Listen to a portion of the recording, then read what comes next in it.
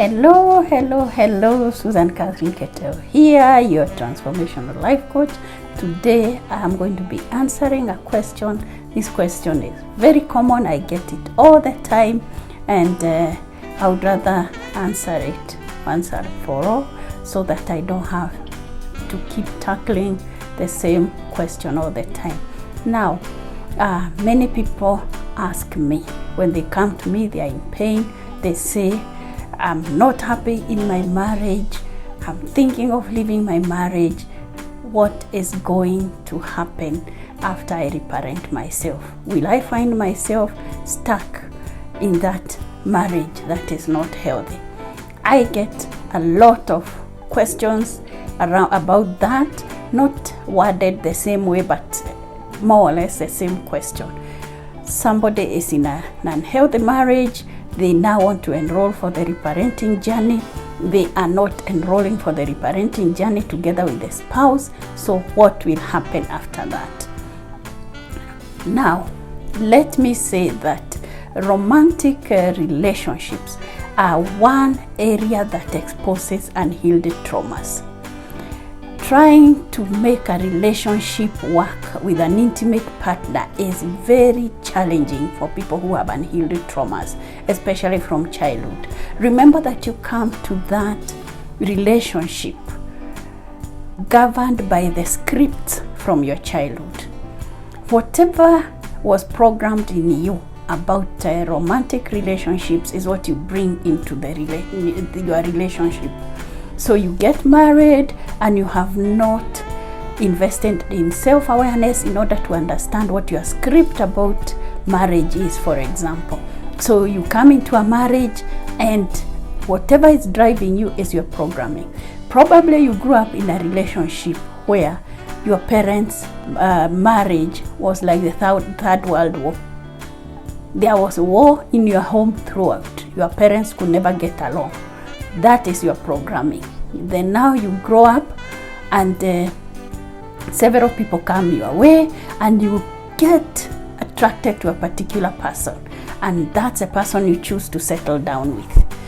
And what attracts is your inner programming. That is what attracts somebody that will come into your life and create the environment that you are used to. So if the environment you are used to is one of fights, of war, you will be attracted to somebody who will work with you to create the environment that is familiar.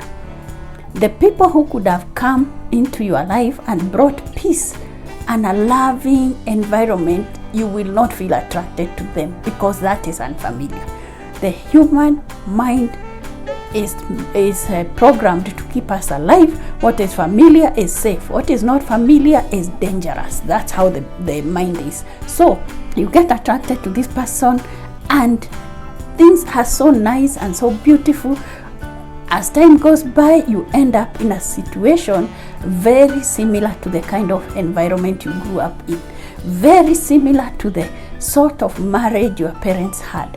Then now you have not invested in self-awareness. You do not see that you are replaying certain scripts. So you start saying, I'm very angry at my wife, I'm very angry at my husband, I won't walk out of this marriage, my husband is ABCD. You have so many complaints, a whole list of complaints about this person, but you have not invested in self-awareness in order to see that actually what is happening is familiar. The brain is powerful. Do not underestimate the power of the human mind. It can actually create situations that are familiar. And when you get somebody who is going to create a situation that is not familiar, the brain will work against you. You will find reasons to mess up that relationship. You will find the reasons to leave that person. You will find the reasons to sabotage that relationship because it's not familiar.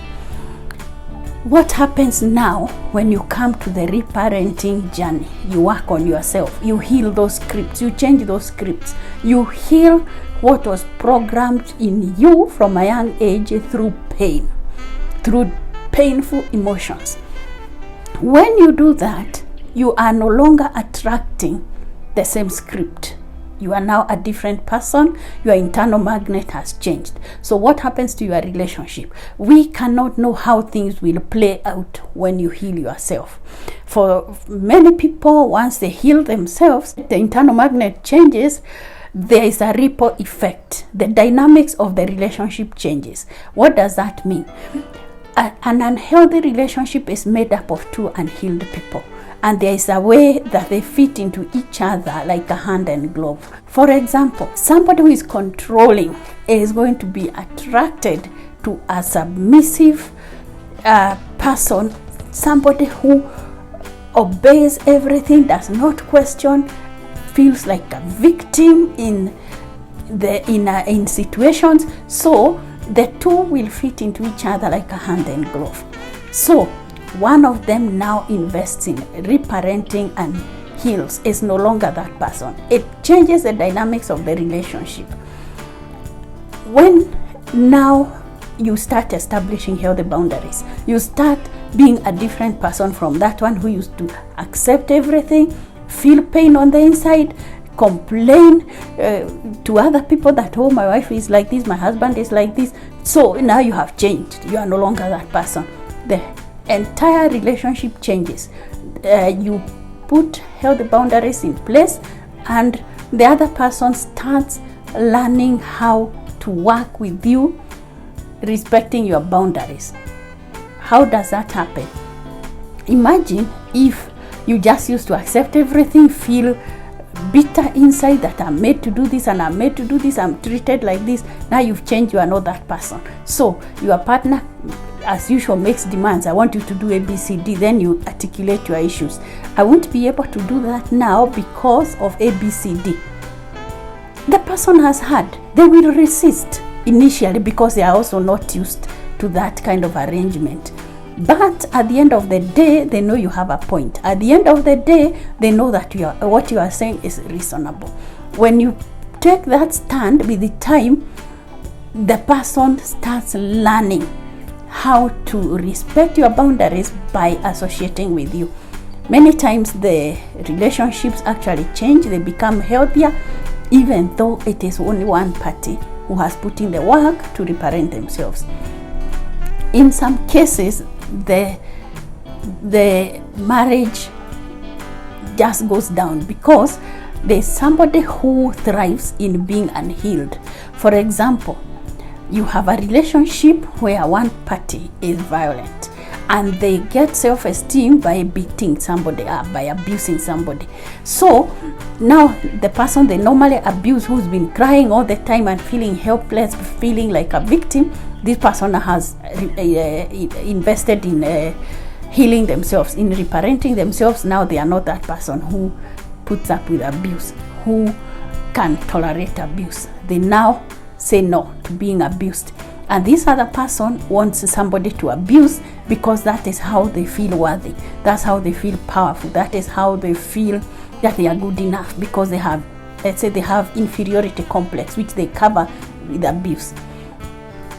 Then this person feels like they are deflated. They feel like now they no longer have power. They are feeling very helpless. They are feeling very inferior because they no longer can abuse somebody. Sometimes that person who is abusive cannot respect that their partner no longer accepts to be abused. So what happens? Some of them actually, they refuse to continue being in that marriage.